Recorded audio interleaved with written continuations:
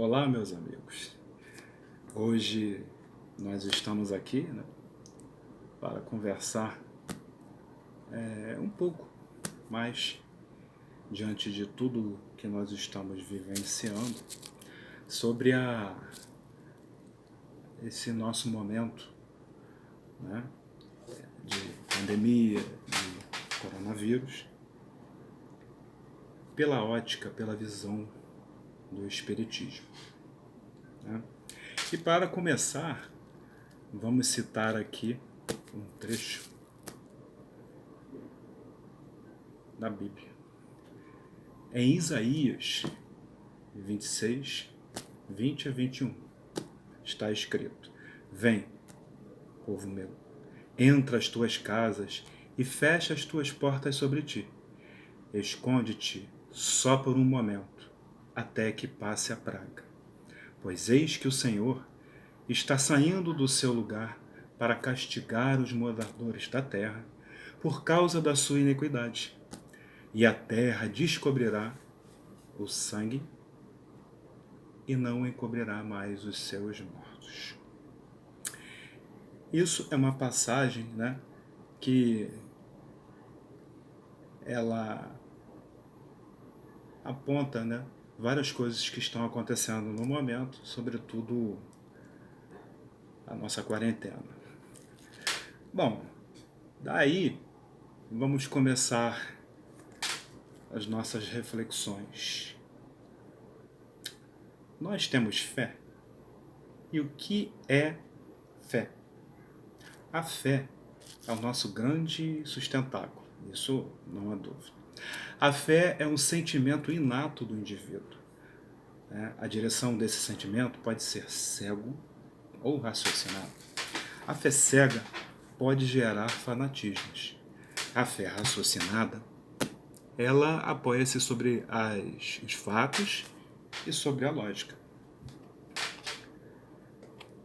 E assim, gente, nós vemos em várias passagens no Evangelho segundo o Espiritismo, a fé que transporta montanhas, a tua fé te curou, o poder da fé, a fé religiosa, a fé e a caridade. E ainda temos a fé, de acordo com Allan Kardec, com a fé inabalável é aquela que pode encarar a razão, face a face, em todas as épocas da humanidade. A fé, minha gente, ela é mãe da esperança e da caridade. Ela é filha do sentimento e da razão. O relacionamento entre fé, esperança e caridade abre a nossa mente para as profundas reflexões sobre a vida religiosa. A fé, ela é uma atitude própria, uma convicção, ela é uma crença, que relaciona o homem com o Deus, na expectativa de salvação da alma. E a esperança? A esperança é, de uma forma genérica, de falar, seria toda tendência para o bem futuro e possível, mas incerto. A caridade é a virtude que, com a justiça, regula o procedimento moral, dos homens com os outros seres e especialmente uns com os outros. Lá na Epístola de Paulo aos Coríntios, é dito que, agora, pois, permanecem a fé, a esperança e a caridade, estas três. Porém, a maior destas é a caridade. E, dando sequência a essa nossa conversa, abordando o aspecto da fé, agora nós vamos falar um pouco sobre a nossa visão de Deus. Inicialmente, nós vamos lembrar de alguém que falou que a terra é azul, mas eu não vi Deus. Esta fala, ela foi dita pelo astronauta Yuri Gagarin, né? Ou melhor, Yuri Alekseevich Gagarin, ou alguma coisa, né? Esse nome do meio dele, apenas como curiosidade. Mas Yuri Gagarin foi o primeiro homem a viajar para o espaço. E isso aconteceu em 12 de abril de 1961, quando ele tinha 27 anos. Né? Gagarin, após retornar da sua viagem ao espaço, ele disse: "A Terra é azul. Mas mesmo estando lá no espaço, eu não vi Deus." Ele esperava que no espaço ele pudesse ver Deus. Mas nós sabemos, né? Assim como o apóstolo João Evangelista, que já havia dito que ninguém jamais viu Deus, né? Que está no seio do Pai, é quem o revelou.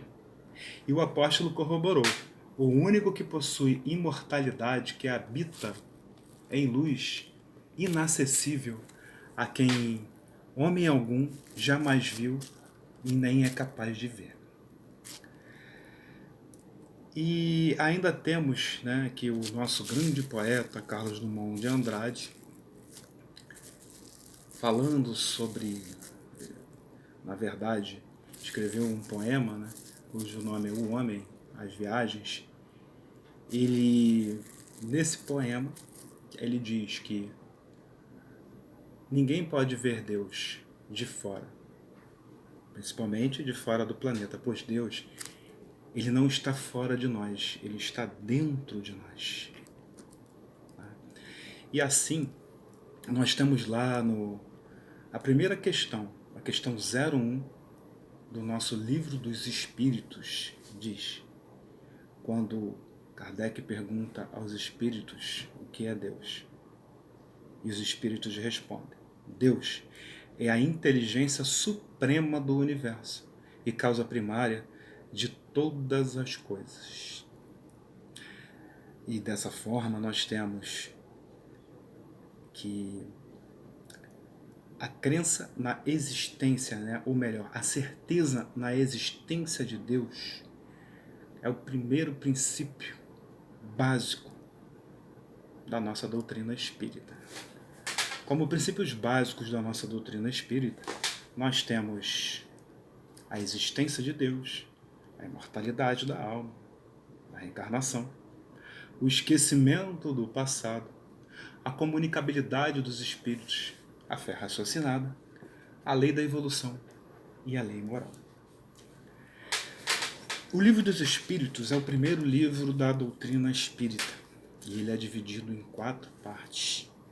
Nós temos, na primeira parte, né, abordagem sobre as causas primárias.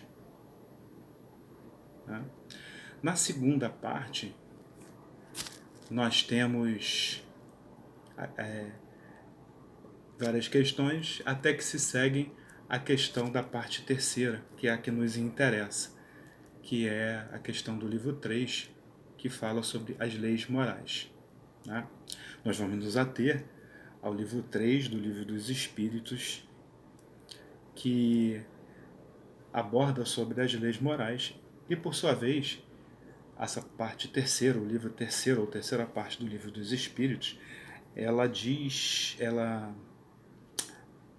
dela se originou o Evangelho segundo o Espiritismo. Então nós temos que destacar dentre essas leis morais a lei da destruição. Né? A lei da destruição, ela é muito pertinente com o que está acontecendo no momento. Né? Os flagelos destruidores impostos à humanidade, como é o caso nesse momento da pandemia de coronavírus. Essa pandemia de coronavírus é mais uma de muitas epidemias que aconteceram na história, né, da nossa humanidade. Lá na questão 737 do Livro dos Espíritos, Kardec pergunta: com que fim fere Deus a humanidade por meio de flagelos destruidores? A resposta dos Espíritos com relação os flagelos são necessários.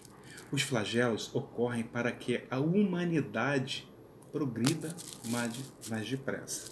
E não há dúvida, né, que a atual pandemia é um flagelo imposto à humanidade. E assim, nós temos que esse momento em que vivemos também prova que a lei de destruição não deveria apenas ser conhecida por este nome, né? Sobretudo, como que diz lá nas questões 739 e na 740, quando na resposta, né, nas respostas às duas questões, é dito isso. O bem que resulta dos flagelos, só as gerações vindouras o experimentarão. Os flagelos são provas que dão ao homem ocasião de exercitar, de demonstrar sua paciência e resignação ante a vontade de Deus, e que lhe oferecem ensejo de manifestar seus sentimentos de abnegação, de interesse e de amor ao próximo, senão o dominar o egoísmo. Desta forma, nós olhando para os vários acontecimentos e as consequências, né, do momento, nós temos que, por um lado, essa doença que nos aflige, ela vem causando desencarnes sucessivos, né? E para quem não desencarna, há também grandes prostrações físicas, né? E além disso, temos as questões emocionais. A todos nós, né? A ansiedade e uma série de preocupações. Porém, há também aspectos positivos, né? Por exemplo, nós temos a união e o compartilhamento